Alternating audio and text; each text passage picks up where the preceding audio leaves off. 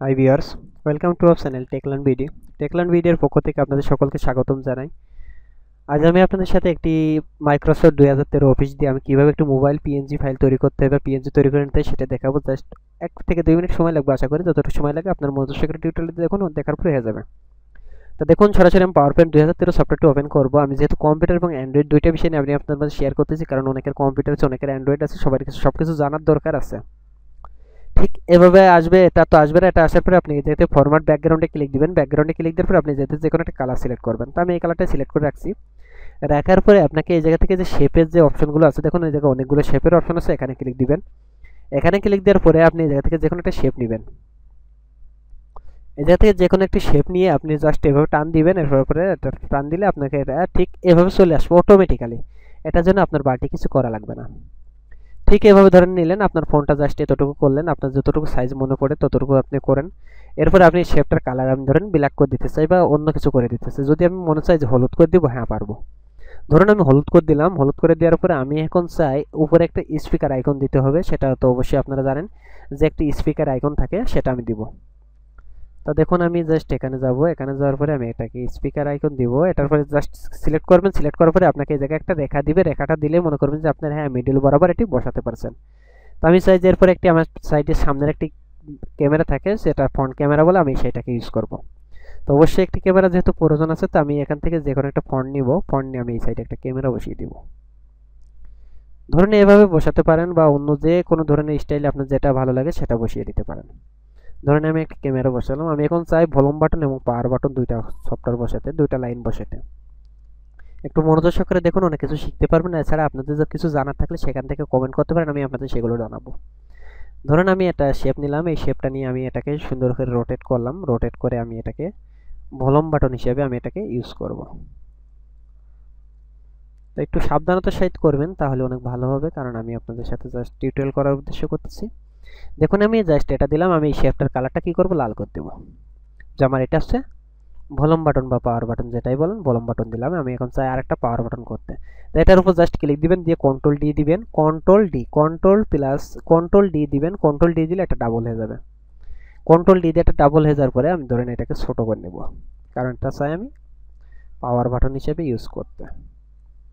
ধরুন আমি এই জায়গায় রাখলাম। এটাকে রাখার পরে জাস্ট এটা হয়ে গেল। এটাকেও কিন্তু আরো সুন্দর করে বসানো যায়, যেহেতু আমি কালারটা তো তার মিক্স করে নিই। আমি চাই এখন হোম বাটন, পাওয়ার বাটন, ব্যাকগ্রাউন্ডগুলো ইউজ করতে।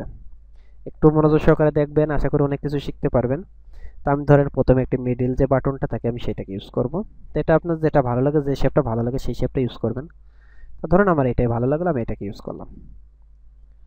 দেখুন এটার এই জায়গায় ধরবেন যখন, তখন আপনাকে একটা রেখা দিবে। ঠিক এই রেখাটার মডিল হলেই আপনি মনে করবেন যে এটা আপনার মিডিল বরাবর বসছে। আমি চাই একটা হোম বাটন ইউজ করতে এখানে। তো হোম বাটন ইউজ করার জন্য ইকুয়েন ইন শেপ এটাই ক্লিক দিবেন, দিয়ে আপনি এই যে সমান যে আইকন চিহ্নটা আছে এটা ক্লিক দেন। দেন এখানে একটা টান দেন। টান দিলে আপনাকে এটা বসিয়ে দিবে। তো এটা আপনি ছোট বড় করে নিতে পারেন আপনার যতটুকু ভালো লাগে। ধরুন আমি একটু ছোট করে দিলাম। এরপর আমি চাই আরেকটা হচ্ছে ব্যাক বাটন দিতে। অবশ্যই ব্যাক বাটনটা আমাদের প্রয়োজন আছে, তাই আমি একটা ব্যাক বাটন ইউজ করব। ধরুন আমি এটাকে ব্যাক বাটন হিসেবে ইউজ করব, বা এটাকে আমি ব্যাক বাটন হিসেবে ইউজ করব। দেখুন এটাকে আমি যদি ব্যাক বাটন হিসেবে ইউজ করি, ধরেন আমি এইভাবে দিয়ে আমি এটাকে ব্যাক বাটন হিসেবে ইউজ করব। ঠিক আছে বন্ধুরা, যদি এটাও আপনার যদি পছন্দ না হয়, তাহলে আপনি কি এই জায়গা থেকে এই যে একটা তীর চিহ্ন আছে এটাকে ইউজ করুন। এটাকে জাস্ট এটাকে কেটে দিন, বা এটাকে বাইরে নিয়ে আসুন, নিয়ে এসে আপনি এটা ইউজ করুন। দেখুন একটা জিনিস লক্ষ্য করুন যে আপনার একটা জিনিস তৈরি হয়ে গেল। এটাকে আপনি যদি এখন আমি এটাকে কালার করে দিয়ে কালো করে দিতে চাই, কালো করে দিলাম। আপনারা এটাকে আপনি যদি কালো করে দিতে চাই, কালো করে দিতে পারবো। এটা অবশ্যই কালো হলে যেহেতু একসাথে মিক্স হইতে হবে, এটা করবে। এই যে শেপের যে একটা আউটলাইন দেখা আছে, এই শেপের আউটলাইনটা আমি রাখবো। তাই জাস্ট এর উপর একটা ক্লিক দিবেন, দিয়ে যে শেপ ফিলে ক্লিক দিবেন, দেওয়ার পর এই জায়গা থেকে নো ফিল করে দিবেন। এটাকে আপনি, ও সরি নো ফিল না, এটাকে শেপ আউটলাইনে যাবেন। শেপ আউটলাইনে যে এটাকে নো ফিল করে দিবেন এবং শেপ ফিলটা কালো করে দিবেন। বাস, এবার এটার উপর ক্লিক দেন। এটাকে আপনি একটা অন্য কালার দিতে চান, এটাকে সাদা কালার দেন, কোনো সমস্যা নেই। শেপের আউটলাইনটা নো ফিল করে দেন।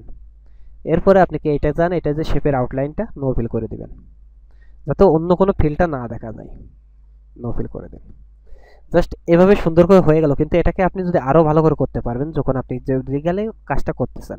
এবং আমি চাই নিচের এগুলোকে আমি অন্য কালার একটা দিতে, যদি সাদা করতে চাই সাদা করে দিতে পারবো। প্রতিটা বিষয় খুব সুন্দর করে মনোযোগ সহকারে যদি দেখেন তাহলে অনেক কিছু শিখতে পারবেন, এবং পাওয়ার পয়েন্টের ভিতরে যে কত কিছু আছে যখন আপনি ব্যবহার করবেন তখন আপনি জানতে পারবেন। ধরুন এই দুইটা শেপ আমি যেহেতু আপনাদের টিউটোরিয়াল করার জন্য দেখাচ্ছি, আমি তাই একটু অন্য কালার করে আমি আপনাদের দেখিয়ে দিই। এটাকে নিলাম, এটাকে নিয়ে আমি সেম একটা কালার করে দিলাম। এখন দেখুন একটা মোবাইল তৈরি গেছে, অবশ্যই ক্যামেরাটা ভালো লাগছে না, আমি এটাকে ক্যান্সেল করলাম। এটাকে ক্যান্সেল করে আমি একটা নিলাম, নিয়ে আমি দেখুন একটা ক্যামেরা ইউজ করবো ওখানে। তো এটা হচ্ছে আপনার একান্তই ব্যক্তিগত ব্যাপার যে আপনার কোনটা ভালো লাগলো কোনটা খারাপ লাগলো সেটা না, আপনার যেটা ভালো লাগবে সেটা ইউজ করবেন। এক সময় দেখবেন অটোমেটিক একটি ভালো ভালো জিনিস তৈরি করতে পারছেন। ধরুন এটাকে আমি দিলাম, এটাকে দেওয়ার পর আমি শেপ ফিলটা অন্যরকম করে দেবো। এটাকে যদি ব্ল্যাক করে দিতে চান এবং আউটলাইনটা নো ফিল করে দিবেন। এটা কিন্তু দেখা যাইতেছে না, তাই আমি আপনাদের সাথে একটা সাদা করে দিলাম। তো এটাকে আরও ছোট করবেন যেহেতু একটি বিষয় আছে এই জায়গা।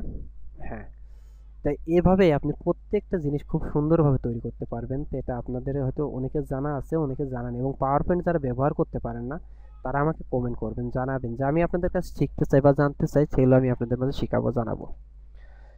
তো আশা করি আপনাদের প্রত্যেকটা বিষয় খুব ভালো লাগবে, আর ভালো লাগলে অবশ্যই আমার ভিডিওতে লাইক কমেন্ট শেয়ার করে রাখবেন। তো এইভাবে মোবাইল এখন যদি আপনি এটাকে ব্যাকগ্রাউন্ডটা এখন এখান থেকে আমি ফরম্যাট ব্যাকগ্রাউন্ডটা সাদা করে দিব। দেখুন আমি এটাকে সাদা করে দিলাম, আমি এখন চাই এটাকে মাঝটাকে আমি নীল করে দিতে বা হলুদ করে দিতে। দেখুন আমি এটাকে হলুদ করে দিলাম। এটা আপনি শুধু মিডিলটুকু করতে পারেন, যদি আপনি চান যে না আমি শুধু মিডিলটা আমি হলুদ করে দেবো, হ্যাঁ সেটা পারবেন। তো আমি সেটাও আপনাদের দেখাইতেছি। একটু মনোযোগ হোম বাটন যান, এখান থেকে যে কোনো একটা শেপ নেন, শেপ নিয়ে এই কাজটা করতে হবে আপনাদের। ধরুন আমি এই শেপটা ইউজ করব, জাস্ট এই শেপটা সুন্দরভাবে নেন, নিয়ে এটাকে আপনি একটা কালার করে দেন। শেপ ফিলটা আপনি কুই করে দিবেন, কালো করে দিতে চান বা চান যে আমি লাল করে দিব, বাস। শেপ আউটলাইনটা আপনি নো ফিল করে দিবেন, দেখুন হয়ে গেল। এবার এটাকে আপনি সাদা করে দেন। এছাড়া আরও অনেকগুলো কাজ আছে, আমি পরবর্তী টিউটোরিয়ালে আপনাদের দেখাবো। দেখুন একটি মোবাইল আমার তৈরি হয়ে গেল। তো এই মোবাইলটা নিয়ে যদি আমি থাম্বনেল হিসেবে ইউজ করি, যারা অ্যান্ড্রয়েডে কাজ করি তার কেমন হয়, অন্যের কিছু কপি করার লাগে না। তো আপনারা এইসব ইফেক্টগুলো সাধারণভাবে ধারণা রাখুন বা আমার কাছে